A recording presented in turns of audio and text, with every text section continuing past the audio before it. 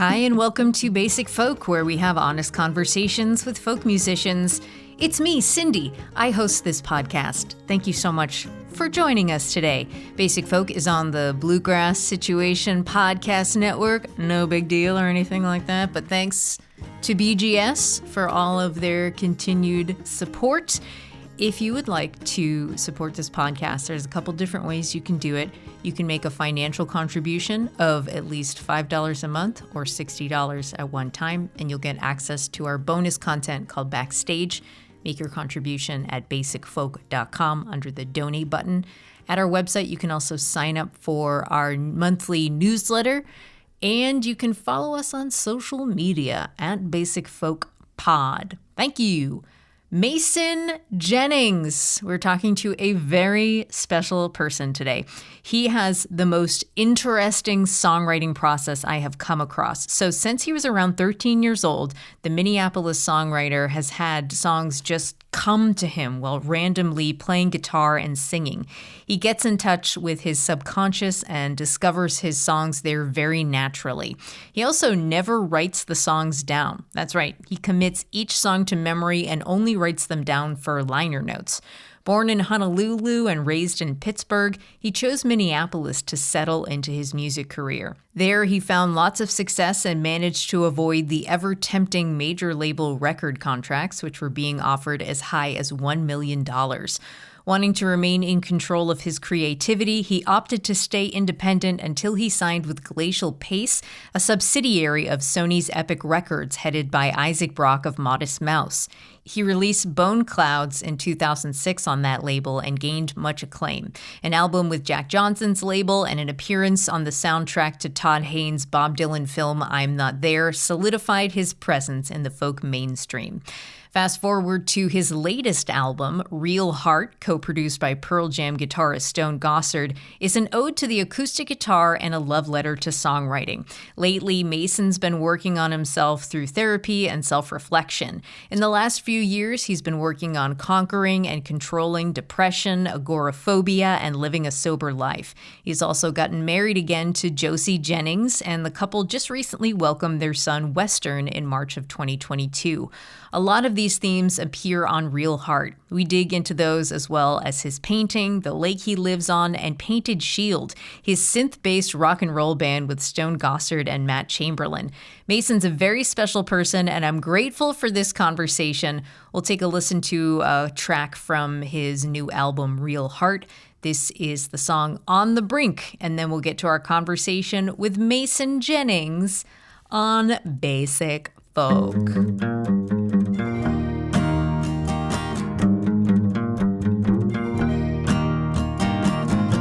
By the time I saw the writing, I was halfway in the tank, watching as your Bentley headed to the bank. But you never got there, did you?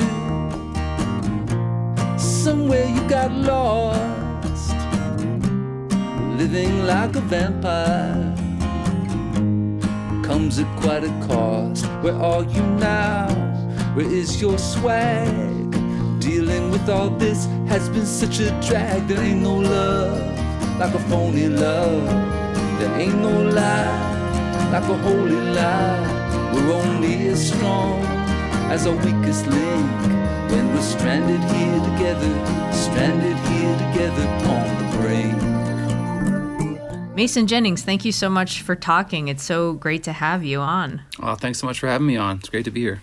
We met like a long time ago in Pittsburgh. That's where I am now, at WYEP. And we talked for like 2 minutes. And I was like a fan of your music already, but had never talked to you. And you left like quite the impression on me. So like every time somebody brings up your name, I'm like, Mason Jennings, he's a special person. Oh, thanks. That's awesome. Yeah, so I'm pumped for this conversation. And first, I want to talk about Pittsburgh, since that's where you spent a lot of your like formative years. You were born in Honolulu, raised in Pittsburgh, and I hear that your parents like randomly picked a town between your grandparents and Columbus and Philadelphia. So like you were here for some of your most important formative years. This is like kind of a quirky place, Pittsburgh. So how do you think this town helped shape your musical taste and the type of musician you are? Wow. Lots of ways, I guess. The first thing that comes to my mind is just kind of that the weather and like the hills, and there's just kind of an energy there that I think, especially as a teenager, really got inside my music. I mean, it's hard to know exactly how it got in there, but I don't know. I was going to say it's got like kind of a grunge quality to it, which is like, I always think, Seattle is grunge, but like in my mind, Pittsburgh is like, feels like that, like I was really into Alice in Chains and things like that when I was a teenager, and it just felt really right in that place, and then also that totally fits the aesthetic. Yeah. I don't know. I'm trying to think about other ways it's got a roughness to it that I love. It's also, like you said, it's a really there's nowhere else like it. It's not pretentious, It's like everybody's just kind of, there's like a earthiness to it that I like. Right now we're in the middle of Lenten season, so that means like lots of fish fries and, getting your, going to church basements or like the volunteer fire department and getting your fried fish and your halushki. And yeah, it's definitely like a weird, special place. So your family was also into music, especially your brother Matt. You two were in punk bands together, and Matt is now an accomplished guitar player in the Minneapolis area. For you, what was it like to have a brother around you who is interested in music, and how has like that connection to music forged your adult relationship with him? It was hugely important. We have an older half brother too, named Taylor, and he's the one that introduced us both to the guitar. He moved in. Nice. He was my dad's son, and he came in to live with us when he was 18, and I was 12, and my little brother was 9. Oh, that's huge. Yeah, he brought in like an electric guitar. His friends were coming over on their motorcycles, and he was introducing me to like Zeppelin and the Allman Brothers and all kinds of like classic rock. And so he kind of introduced us, and then my little brother was kind of a prodigy at age 9. Like he started guitar, and he could play anything. And that's Matt, right? Matt, yeah. He could play, from Bach to, he loved like Dokken and all his 80s bands, and just could play anything. So we were competitive, not really in a negative way. We were just, I started out playing drums with him because he was such a good guitar player, and I was like, I'll figure out how to play drums and I'll support you. And so we immediately were trying to do that kind of thing. And then slowly I just was like, I'm having trouble writing songs on the drums. And I kind of just had this intuitive feeling that I wanted to write. So I kind of sneak into his room and play his guitar a little bit. And, like I started writing songs like that. And then he started writing songs, because at first he was just, playing heavy metal stuff, like covers and stuff. So then we were writing all the time and got into recording. So I think that kind of like every day, what did you write? What did you come up with? And playing each other our tapes and stuff really influenced it a lot. We were both really supportive of each other, but also competitive. Like if it wasn't good, he would tell me right away. Where other people would be like, "That's cool," he'd be like, "That sounded better this morning when I heard you playing that than what you just finished." Stuff like that. Stuff people don't tell you. Like he's like, "You made that song worse by working on it too much." Stuff like that. Oh wow! Oh, that's so crazy. His trajectory sounds really interesting. Like living in Mexico and China. Yeah. And back to Minneapolis and absorbing it all. He has 5 kids now. Wow. He seems like a cool guy. Yeah, he is. So speaking of your songwriting style, like this is wild to me that it sounds like your process has pretty much remained the same for you since you were about like 12 or 13 years old, where, let me know if this is right. You randomly are playing your guitar and singing along, and you just like find songs, and it seems to be like a very natural process. Does that sound about right? Yeah, it's usually, I don't really usually know I'm writing. Like I often just be playing, and then, because I play a lot of instrumental stuff around the house, but then sometimes I'll just start singing, and then sometimes I'll hear stuff, and then it'll if I have an hour or 2 hours, sometimes the song will just come in and sometimes it won't. So, but it's weird. It's a weird process. Usually it's after it's done that I notice it's done. Oh, that's so crazy. And it sounds like it's a lot about getting in touch with your subconscious and sort of like following that thread. So can you talk about what it's like to gain access to the subconscious and how your connection to the subconscious like has maybe changed over the years, and how that's like impacted you as like your personality, or you as a person? I think it's been hugely impactful, because starting to do that at a young age, it was really comforting to get in touch with that, because it felt like tapping into something that was much bigger than just like my ego, or like something that was like, me as like a 13-year-old or 14-year-old. It was like really big feeling and comforting, and it felt kind of limitless. So, as like growing up when problems were happening in the home life and stuff, like I just felt like I could go there, and it was like there was just like a source coming through that was very comforting. And I think as far as how it's developed, I think even recently I've gotten more confident in the fact that I can trust it. And people like my friends or my wife will tell me, she's like, nobody has that connection, like the amount of information I can like get through the subconscious, even like stuff like synchronicity and stuff. I'll like think of someone I haven't thought of in years, and then they'll like call me or something. Like I have that happen all the time. Or I'll tell her, I'm like, oh, I'm thinking about something, and then it'll happen. Are you a shaman? I don't know. Or a soothsayer?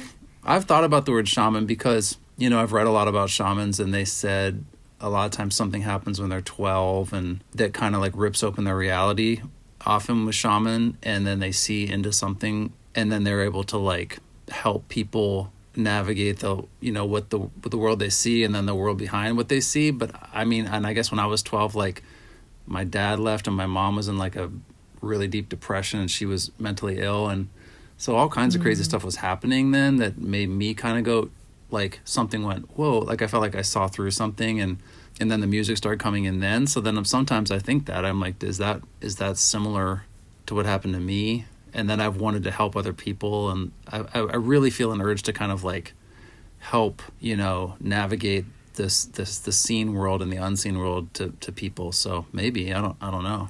Oh, that's amazing.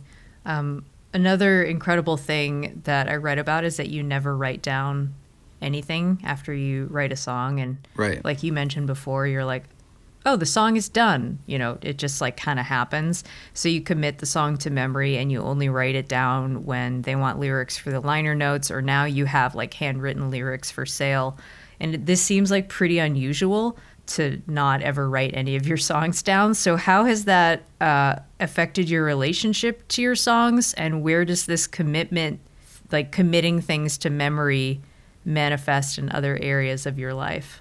I've thought about this a lot too, because it's really uncommon. Like I've talked to so many songwriters, and they don't, like, that's pretty rare. I've heard that like Jay-Z, the rapper, doesn't write stuff down, but something happens when I see it. Like for instance, if I start hearing something and I grab a piece of paper and I start writing, I come out of the subconscious, and like a loop happens where I'm like witnessing it or something. Like I pull out of the narrator becomes a witness in a way that's it kind of stops the process. And so yeah, I mean, to me that's like it's actually like funny to talk about it, because it's really important to not write it down to me. And then it was kind of hard with computers, because computers came along, and before I would be recording music, it would be just on cassette tapes or reel-to-reel tapes, and I wasn't looking at anything. And now the computer recording, there's a visual aspect to it where you're like looking at the WAV files and you're looking at stuff, and that's been kind of a battle for me to like not look at it too much. Are you good at remembering phone numbers? I can't remember anything, weirdly. Like I can't remember phone numbers. Like I try to remember my wife's phone number like once a week. I try to like look at it and try to remember it. I can't remember it.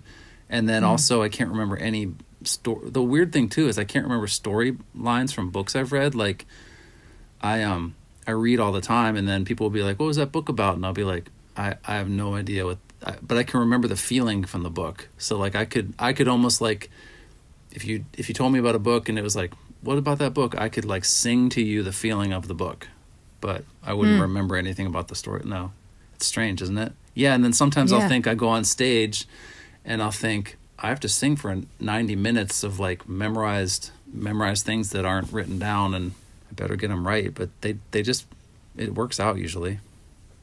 This is kind of like a sidebar, but have you ever thought of like kind of just like getting a tape machine, like an old Marantz tape recorder, and just going back and recording that way so you're not distracted by the computer? Yeah, I did do that with cassettes for like my record Always Been, I got a cassette recorder and did that. But I've been thinking about it more lately too. Yeah, I keep thinking. I'm just not. Here's the issue with that, because for like my record Blood of Man, I tried to. I got all this old reel-to-reel machines, and I sat down in my studio, and then day one, half the machine shut down and broke, and I'm like the opposite of a, handyman or a tech. So then I was just sitting in the woods with this broken machine from like 1985 or something, and I was like, I had to call somebody. They're like, we can come out next Wednesday, and I was like, that's 8 days of music I'm losing right there. So I just went with it. I just was like, well, I'm just gonna do the computer for now. So. Or like start your phone and flip it over or something. Yeah, that works. I've been recently thinking a lot about like how to use my phone less. I like got out my old iPod from like 2009. With the wheel? It's crazy trying to get old technology to like merge with new technology. You have to get all those like little doodads that connect it and stuff. Oh yeah. Just one, because it's like the USB. I still have this old, set of headphones. Oh, cool. That I threw in there. I've got like headphones everywhere. Nice. Actually. So like at any given time, I've got at least 2 sets of headphones. I've got like 7 within my reach right now. Anyways, sorry. That's awesome. So your instruments are guitar, piano, and drums. I wanted to focus on the guitar. Your new album, Real Heart, your friend and producer Stone Gossard calls the album, is it a love letter to the acoustic guitar or an ode to the acoustic guitar? Yeah. And you call guitar your strongest instrument. So how has your relationship to the guitar and also your feelings about your playing evolved? Well, as a kid, I was really into like technical playing and soloing and just like I loved Jimmy Page, and so I was really into that. But then I would once I got on stage more, like remembering really complicated guitar lines or playing stuff, I would get really nervous and I would make mistakes, and I just felt like that wasn't really my, like sometimes when you're doing the thing you love, it just is very comfortable and it flows. I mean, you might be nervous, but it just flows. And when there's pressure situations, you soar rather than like freak out and like make mistakes. And I kept finding the guitar was happening to me.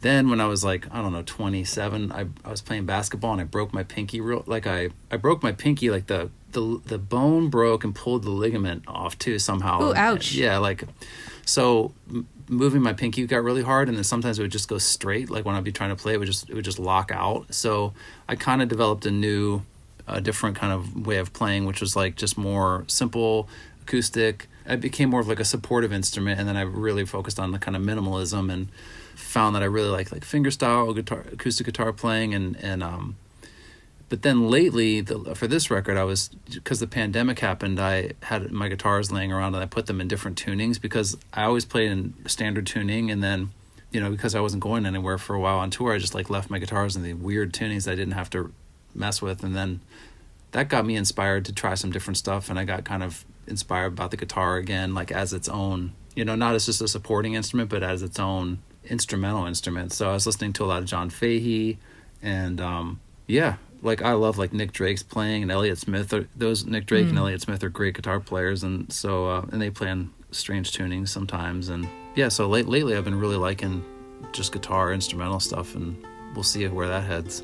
Like some of the songs on the new record, like the song Second Life was an instrumental originally, and it was probably going to be an instrumental on the record until right before the record I started singing, like I was talking about earlier. Like all of a sudden these words started coming out, and then Second Life happened.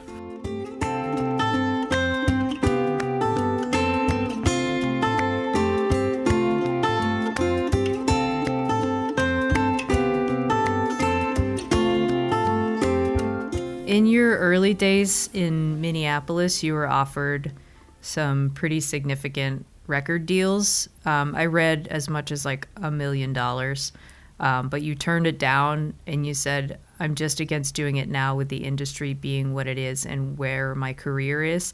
So later on you signed with Glacial Pace, which is a subsidiary of Sony, headed by Isaac from Modest Mouse, but you were like assured and convinced that you'd have control over your artistic output.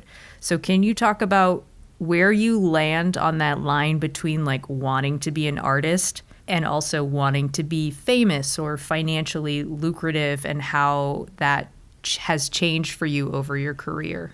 When I first came to Minneapolis, the stuff that you're referencing was, I was pretty young, so I was like 19 when that stuff was happening, and I had a drummer who was connected to some people in the music business, so people were flying in, and we were doing like showcases for labels, and I did not feel confident, I didn't feel like I had a sound yet, and my voice, I couldn't figure out how to sing. I was singing sometimes I would be copying Lead Belly, or sometimes I would be trying to sing in a screamy way. I couldn't figure out how to be natural, and that's why I didn't do the deal then, because I listened back to the demos and I was like, this isn't authentic feeling to me, and it might be good quality, people liked it, but it was the songwriting was there. I could write there was some songs I wrote back then that I felt really good about, but the way I was singing and the way I was presenting myself, I was like, I'm going to get totally screwed, because I'm going to present this record,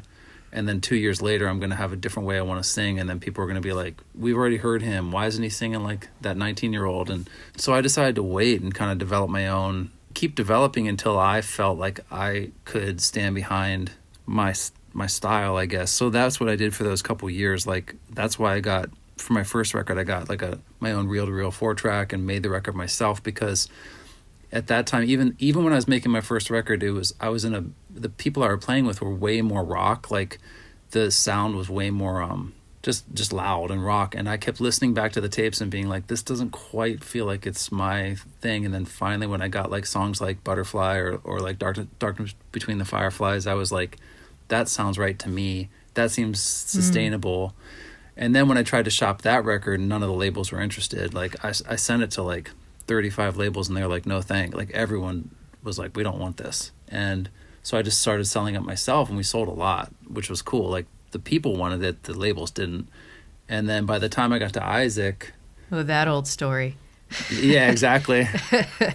So by the time I got to Isaac Brock, he was just like, you just make the record you'd make on your own, and then I'll just go in there and tell the label that this is what we're going to put out. So it was kind of it was not a hard... That was just do you want some people to help promote it, and do you want some money to make it? And I was like, sure. And he's like, and I'll just buffer it. So that was pretty cool. But as far as wanting to be famous and stuff, I want my music to get heard by more people. I would like that, but it's more important to me to like the music I'm making, and sometimes those things line up and sometimes they don't. So. Isaac Brock, you're the second person that I've interviewed recently where Isaac Brock was kind of operating in the background. The other person was Eric D. Johnson from Fruit Bats. Oh, cool. It seems like Isaac did a lot for him. I think he got Sub Pop interested in Fruit Bats. So that's cool. I didn't know. Yeah, Isaac's awesome. He's a funny guy. He's one of those guys that's a real character, a true. He left a message. For instance, he'll leave a message on my machine that goes, "I sprained my ankle in my sleep." I'm like, how do you sprain your ankle in your sleep? Oh, hilarious! Another hilarious story. So you released a record on Jack Johnson's label, and I think I remember reading. I didn't prepare for this question, but I think I remember reading that Jack Johnson saw your set from side stage and then acted like a total. He was a fan. He was fanboying out to you and was he definitely was it was way too much adoration to throw at one person. But it was funny because it was in a field in Minnesota. We were playing at a college, so I finished my set for a spring jam, kind of where all the kids come out to the main, in the field, and you're playing. So I played my set, and I'm walking off, and there's this guy, and I've never seen him before, and he's like, "No, keep playing, that was incredible, keep playing." And I'm like, "Man, Is this 2001? Yeah, I was like, "Who?" Yeah, so it was kind of before the Jack Johnson takes over the world moment. He's just like, keep going, keep. I'm like, who's this guy? I'm done. My set's. He's like, no, I like that. I'm like, who? What the hell? And it was so funny because I was like, dude, I'm done playing. He's like, oh, I love that. And then later he went on stage, and then I was like, oh, that's weird, because at the time I had a buzz cut, and then I had a trio that played really minimalist, kind of and then he gets up there and he's got a buzz cut with his little minimalist trio, but he's got a West Coast sound, and I was more I come from Pittsburgh and Minnesota, and I was like, what is going... This is weird. It was almost we kind of mirrored each other. We were born the same year, and I was born in Honolulu, and then we just became friends and went on tour together. so we went on tour together that year, like co-headlining. But by the time we got to the West Coast, he was playing like 3,000 seat places and he was headlining. And I was like, what? I couldn't believe it. I was like, what's happening? You know, we started playing like 400 seaters and then like I went back out with him, I don't know, 10 years later, and we were playing like 33,000 seat venues, like mind-bending amounts of people, like getting in front of those crowds. You're just like, he would like kind of sometimes be like, we'd be talking on stage and he'd be giggling because he's like, not giggling like funny, giggling like, this is a lot of energy to come at me, like there's a lot of people looking at me right now, you know. And I was like, because he's such a just chill, he did not expect to be that famous. So it was kind of a trip. The whole playing songs and being on tour with him was a total trip in a good way. People have really responded to your music over your career. I read this funny story from like your first album in 1997. So you had no idea it would sell so well, so you put your home address on the record, and then people started like sending you like tons of gifts, poems, letters as adoring fans. So it kind of like seems like you make fans for life who like continue to buy your records, your art, come to your shows, use your music at their weddings and important moments of their life. So this maybe is a lame question, but like, do you have an understanding of like what draws people to your sound, and how do you work to like lean into that when recording or writing while still kind of remaining true to whatever vision you have for that particular sound? That's a good question. I mean, I have a feeling like when I'm writing in a certain feeling where I kind of feel moved, that's the feeling I think people are looking for. So I definitely make sure that there's, I'm getting the feeling from my music it's kind of like, I listen to a lot of like Greg Brown and Paul Simon, or Lucinda Williams sometimes does it. It's like you're talking about at the beginning with shamanistic stuff, or like a counselor, or just some kind of comforting presence inside the music. There can be like and I don't even know if it's not necessarily me, it's like the narrator of the song, or like tone, like something tonally can happen, like in a Greg Brown song, John Prine. It can be incredibly touching and comforting, and like you can kind of like go to a place where you can see the magnitude of like the human experience, but then somehow kind of keep it manageable through the music, like it's contained. And I just think that experience holds a space for people to just feel connected, I guess. So I guess that's what I think. I can feel it when I'm playing. I'll be like writing something like on the new record, like a song like The Demon or Real Heart. Like there'll be a feeling I'm getting when I'm playing it, and I'll be like, oh, this is the thing that I think can maybe help other people or connect other people or make other people feel connected. So yeah, there's a little bit of that for sure. And then sometimes I'll be writing music that's totally not like that at all. Like, and I'll be like, people might like it okay, but I'm not like, I might put it on a record here and there, but I know what the core thing I'm looking for and probably what they're looking for is. Before you released your 2018 album, Songs from When We Met, it sounds like you went through some shit. Your first marriage ended, recovering from depression and agoraphobia. Happier times, you fell in love and got married again to Josie. And it seems like it was a huge time of transition for you, however many years or however long that was. What are key lessons you took away from that time and still try to practice even now? And it lasted past songs. There was a really hard time for like a couple years past that when that record came out too, but it's starting to open up a little bit now. The key lessons, like one of the main ones I've learned is how to like when somebody says do unto others as you would do unto yourself, you have to take care of yourself too. So like I didn't really understand that. So I would always be like kind of open to a fault, and I didn't really believe that there would be people that would be just like wanting to use me. So because I would just be like, well, I wouldn't want to use somebody, so I just didn't like to think that the world would be, that energy would really be happening. I kind of tried to ignore that. So just understanding that like you have to take care of yourself, you have to be able to set boundaries. Oh man, ignoring stuff, that works. I know, right? Good tip. Learning that denial is real. I've learned that because I was in denial and I didn't think I would be in denial, and then learning through a lot of work I've done that, I was in denial for good reason. Denial can be a protective thing. Also it's like, I learned that when you're working in music, you can dissociate and you can just think, I can just live in the music. But what I realized in the last, 6 or 7 years is that, well, your body's on earth, and while you're out in music land, people can do all kinds of stuff like you're going to get into a lot of trouble, you can get in trouble financially, interpersonally, like you have to take care of your earthly stuff too. And I always just thought if I just do the music, it's going to all take care of itself. And it's like, it didn't, in one respect it did. And the other respect, I ended up with a huge mess. So, I guess that's what I learned, is that I have to take care of myself in the physical plane as well as and then the music is cool too. But yeah, a balance, I guess. If that answers your question, I don't know. Yeah, totally. And I want to come back to some of what you're just talking about in a bit. The agoraphobia, which is the fear of places, and basically like the fear of leaving your house or leaving a safe place.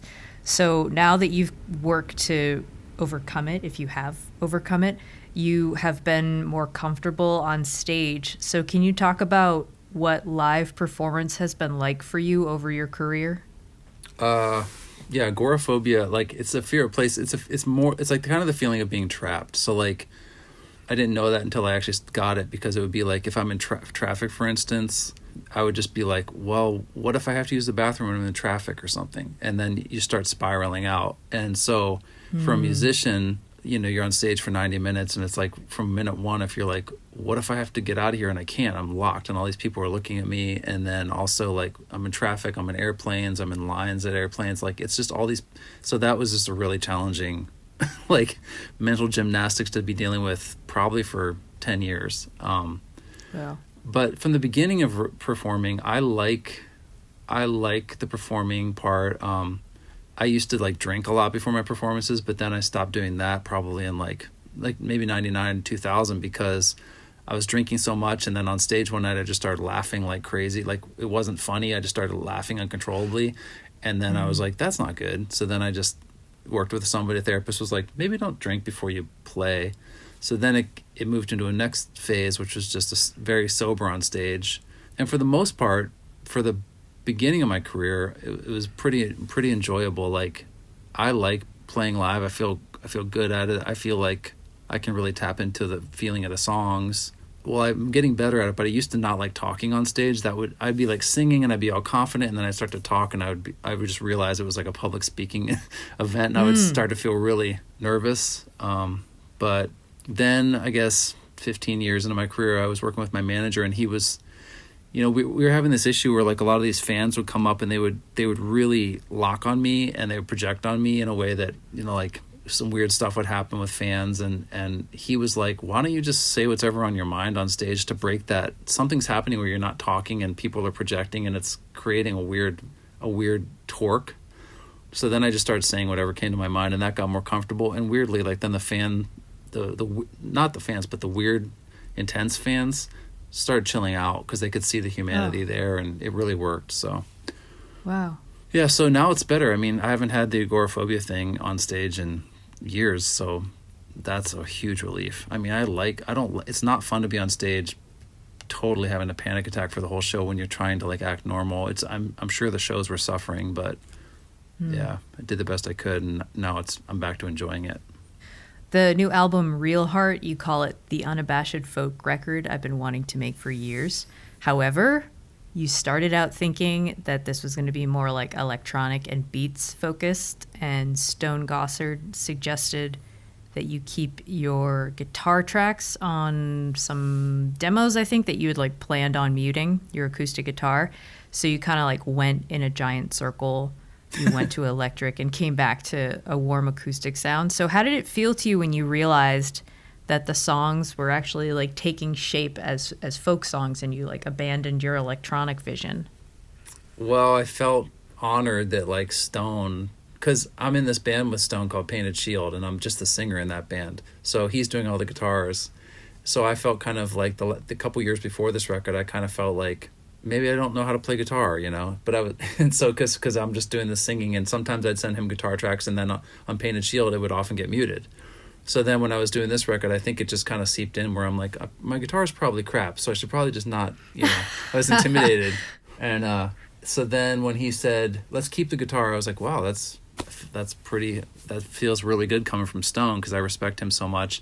And then there's another step where then he started sending me the production, like, because he had some friends put like strings and some percussion and some cool bass on there and sent it back to me, and it was really folky sounding to me, like, and I got really nervous because I think there's some part of me that, I grew up listening to rock, and I'm always kind of like, I feel kind of insecure just letting it be really folky with, like, there's like a flute on one song, I'm like, oh, there's a fucking flute. Oh, sorry, I swore. There's a flute on one song. It's fine. And then after listening to it, I was like, I love the flute, so I'm gonna just be confident that if Stone's confident with it and he's in this big rock band, that I could just let it go, let it be its folk the way I guess it wanted to be. So, I kind of had to, like, make a Jethro Tull record. It's make fine. a Jethro Tull, yeah. You recorded the album at your lake house. That sounds awesome. All glass windows. It's outside of St. Paul, Minnesota. You'll sometimes post pictures of the lake, which looks massive. I can't really tell because it's a lot of like fog and ice pictures. But from like pictures that I've seen, you have your artwork and Josie's art on the walls. It looks like very warm in there. Can you talk about your house and how you find it inspiring to your art? Yeah, it was definitely that time where I just gotten separated or divorced from my ex-wife, and I was really concerned about like all the stuff I was going through. And I'd heard this thing about intentions. This is like subconscious. And I had heard this thing that just write down what you want on a piece of paper. And I wrote down, like, I would like a place where I can feel private and secure, that's close enough to because I have 2 sons. I'm like within 15 minutes of where my sons live or their mom's house. And I want to be able to see really far and have it be water. And then like the next day, this place came up and we were the first people to look at it and moved in. Like, they didn't even show this place. So it's at the end of a peninsula, and it's just this old modern house. Well, modern and old, but it's just glass. It's just a little house stuck in the side of a hill on the end of a peninsula, like looking out at this giant lake. And Wow. I was like, oh, whoa. So I just felt when I got it and moved in here, I just felt like something was helping me, being kind and, giving me a space to heal and to be private. Like, it's super private. Like, there's no windows to the road. It's just all out into the lake. And so, yeah, I've just been able to record a bunch here and paint. And it just feels like I've been here for 5 years now. And, yeah, and Josie's doing all kinds of amazing weavings. And then we just had our first baby last week. So then we're, it's very much like a cozy little zone with the little baby and all the art and paintings and stuff. So yeah, it's cool. I think we'll be here for a little while longer. I don't know. It's like I like to follow the, like, again, it's the subconscious. Like, I'll start to get kind of an image of like what I would like, and then you can kind of just put it out there, and hopefully the trail unfolds.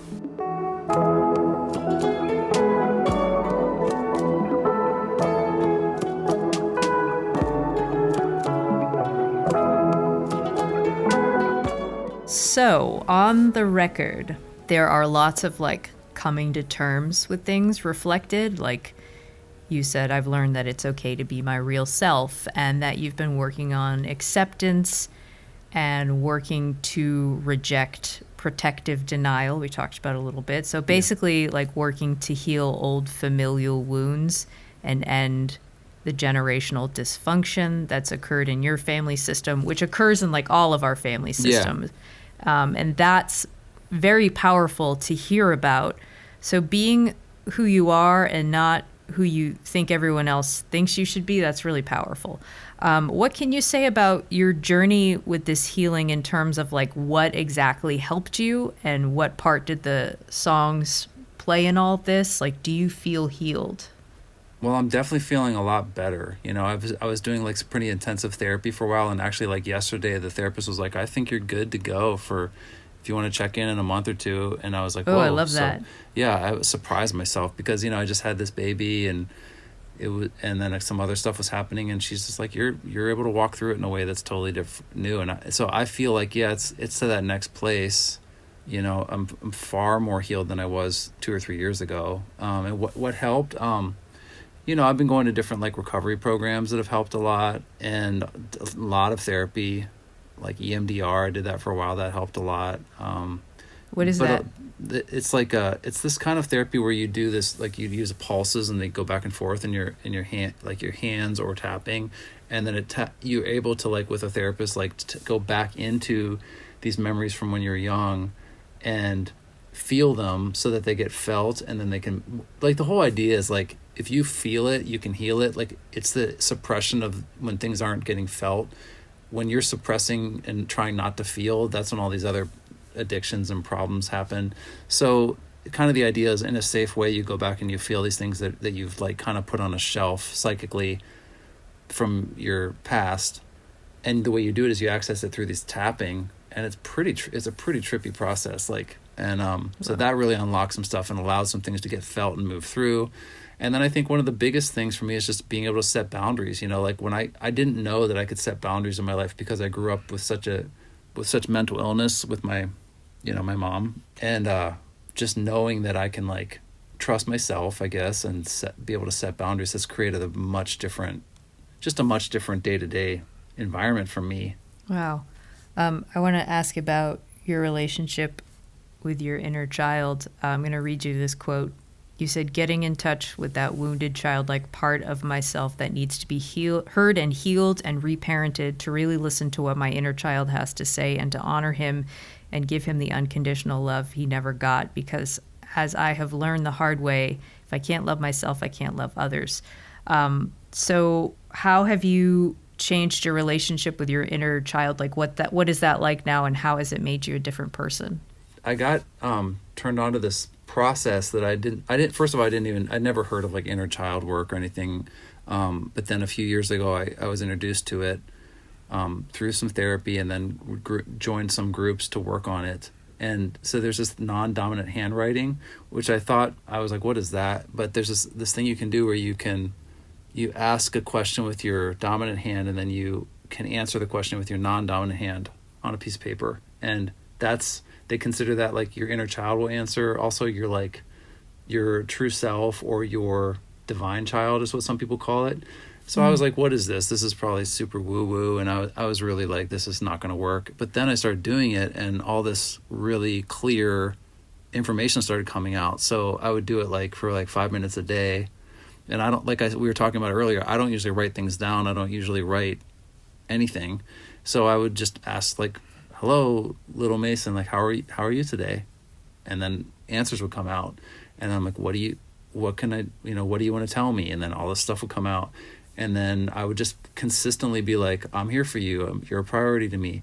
And it was like years of just very consistent, very, very consistent voice coming out of that non-dominant hand, to the point where it was like, okay, maybe it's just my subconscious. Maybe it's a really like some sort of like something else. But it was like so consistent that I was able to like work with it and just support it, listen to it, validate it, because it, as a child, those are the things that I didn't get. I didn't get validated. I did not have any kind of like sense of where reality was, because when you're dealing with a mentally ill parent, reality goes, it's so confusing to have, that's supposed to be your like true north. And when it's right, like really struggling, it just becomes like a real mess.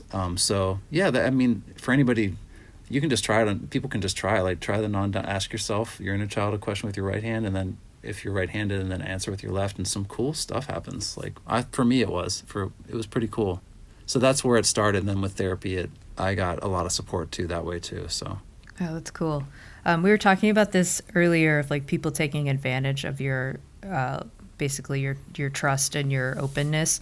So the song "On the Brink," it's kind of a different song for you. Like mostly you're pretty optimistic in your songs, but on this one, you're basically like calling people out who claim to like be the real and only answer, or just like calling people out on their shit, not yours. On this song, you're encouraging people to find their own center. And as a trusting and open-hearted person, you found it like a confusing landscape to navigate in, whatever aspect of life we want to talk about. You said I've had to wake up and learn better discernment. That open and trusting part of yourself, though, it seems like a lovely part, so how do you keep it and protect it from manipulation? Well, I use that one tool I was talking about. Like I can ask like in that journaling process, like how my inner child is doing with certain things. And it's really clear. Like sometimes it'll be like, get that person away from me. Or, oh, wow. Okay. Like, I don't want anything to do with that. Like, don't exploit me. Don't send me out there. Like, or I'll say things like, how do you feel about doing this? Well, I'll do this if I don't have to, if I could, it just like tells me in a way that's more easy for me to hear, like where I'm comfortable and where I'm not. Rather than in the past, I would just be like, you have to give it all away. You have to, if somebody's asking you and they need something, you have to just give it. And now it's like this inner child will be like, no, like I'm not doing, I don't want to do that. Or, so stuff like that.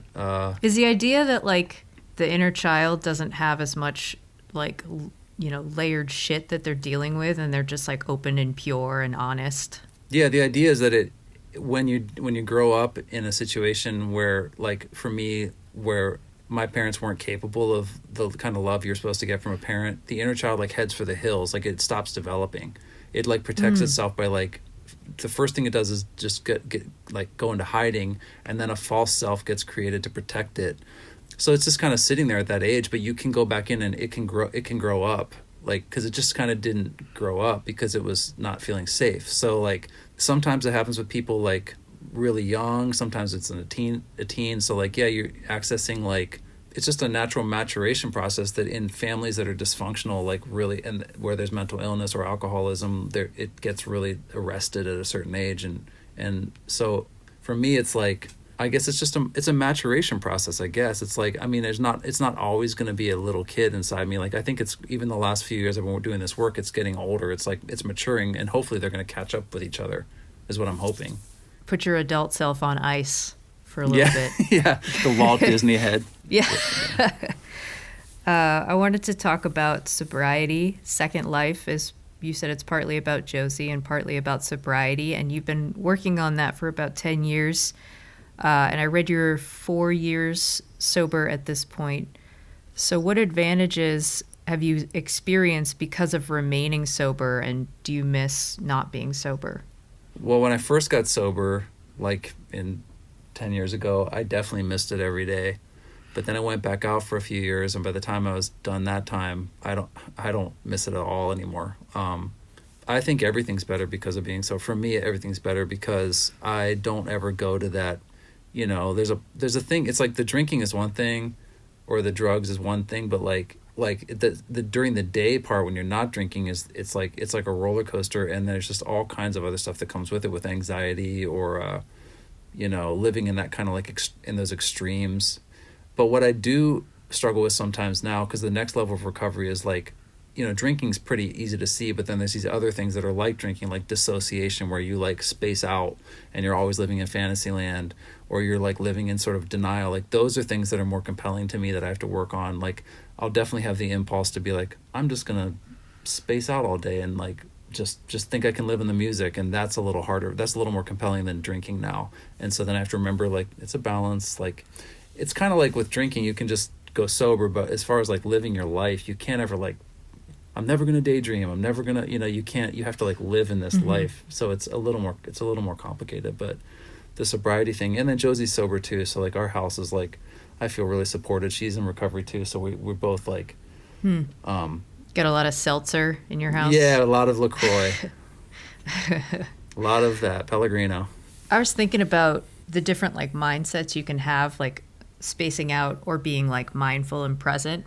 And cause I haven't drank in like a year, I was like, I'm gonna do dry July, and then I never stopped. So like there's like different phases that I found myself going through, and I've been like thinking about like spacing out can be like, everybody's so down on like not being present and daydreaming and stuff, but I was like, what, it's like kind of enjoyable in here to like hang out for a little while. But yeah, I can, to your point, like you can't live there, right? But it's compelling. Like, and I have a family that more than drinking, oftentimes what I found too is all this work I've been doing is, a lot of times if you come from an alcoholic family, like if parents are alcoholics, sometimes the kids don't drink, but they become like, they call it dissociative. Like they'll live in like fantasy land, in their fantasy books or, and that's what my family was like growing up. It was like, nobody wanted to talk about reality. Everybody was like, what are you working on with your music? It's all about the music, which is cool. But like when you're like,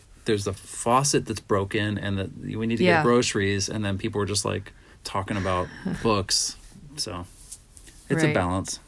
This next question, I don't know if you'd be willing to talk about Western. You and Josie just had a baby. Yeah.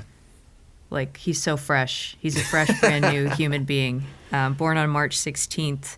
If it's not too personal, would you mind sharing yours and Josie's journey to have this baby? Yeah, we've been together 5 years, and we were trying to have a baby within the first year, and then we had 3 losses, which was really hard. And then just kept hoping for it and got some help, and then it worked. Josie's 43, so it was kind of like, we're like, this is kind of the last year where it's really feasible. I mean, I know you can have kids up until a lot later, but it worked out, and he's healthy. And yeah, he's so little still. He's he's at the point where his eyes are still crossing and stuff, but he's great. You posted a picture of him the other day, and he's like really, like he might be a week old, but he's very stylish. Yeah, that's Josie. She's like, can't wait. She's like, please, I can't wait to dress this guy. So. Oh yeah, cool. So you mentioned Painted Shields, your band with Stone Gossard and Matt Chamberlain, and also the keyboardist singer Brittany Davis, that started in 2014. It's a synth-based supergroup, right up your alley. Debut album came out in 2020. There is a new album out very soon. This is being released on April 14th, so it's coming out next week on April 22nd. The album Painted Shield 2. The sound is digital, bombastic, driving. You write the songs and sing in this band. Brittany also sings. How important has this band been to like your mental health, your confidence, since it's like so different than your solo work? How has it impacted you and your own music? It's been huge, actually. Like, because Stone and I started doing stuff a long time ago, but it's been the last 3 or 4 years that we've really been working on this stuff. And it's just working with Stone closely on songs and getting to like hear his process. And then when Matt Chamberlain joined the band, and then Brittany Davis too, like the level of the musicianship is it's pretty intimidating, actually. It's really like, it definitely made me have to think about myself as a singer. I just feel like I had to raise the bar. So I think my singing's got a lot better the last 2 or 3 years. I think that I'm really conscious about how recordings work, because it's, for me, like when I was making my own records, I was always just like, I'm going to play most of the instruments myself, and I was just wearing a lot of hats. Like I was trying to do a lot of things. And in this, I'm just like the melody, the vocal performance, and that it made me really learn how to collaborate, learn how to trust other people.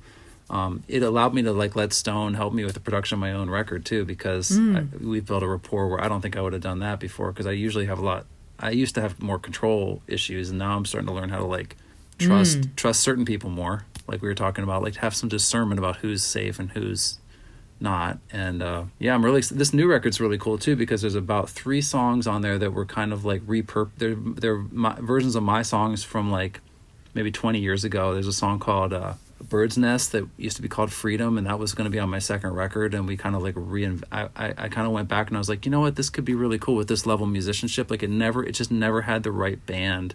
And this other song that's coming out called Till God Turns the Lights On, it was a song of mine called Ease Your Mind that was going to be on my debut record, but it didn't have the right groove to it. And then we finally got this cool, like the groove is deep enough that I was like, I brought it back. So there's a song called White that never got released that was going to be also on my second record. So we repurposed that one. So on this new Painted Shield 2, there's like some old remnants of some of my old songs being put into this new context, which it's pretty exciting for me. That's cool. Yeah. Before I let you go, I have a few questions for you for the lightning round. Okay. You ready? Here we go. What is your karaoke song? I've only done it once, and it was Hotel California. Perfect. Dogs or cats or something else? Dogs. What is your coffee order? I like pretty dark roast black. Nice. First celebrity crush. Alyssa Milano. Ooh. But I was really young. I just wrote the word Alyssa and put it on a paper on my wall. That's so cute. That's a good one. On Who's the Boss, right? Yeah. Yeah. Okay. Who is the nicest musician you've ever met? Well, Eddie Vedder was really nice. Stone Gossard, those guys. Can't beat that. Flying or invisibility? That's fun. Invisibility. Here's the last one. Where is the most beautiful place you've ever visited? Tasmania was pretty beautiful. Hobart, Tasmania. Oh, nice. Great. That's it. That's the lightning round. Oh, cool. Did I do all right? Congrats. Yes. You have won my lifetime adoration. Oh, thank you. Congratulations. Thank you. Thank you so much for taking so much time and talking. It was like really special to do an interview with you, and I hope to see you in person soon. Yeah, thanks so much. Thanks for being, having such great questions and being so nice to talk to. I appreciate it.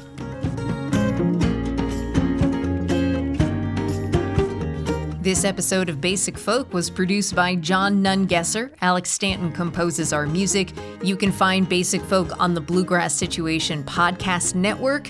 Wherever you get podcasts, you can also find us on the SiriusXM app. Search Basic Folk and at basicfolk.com.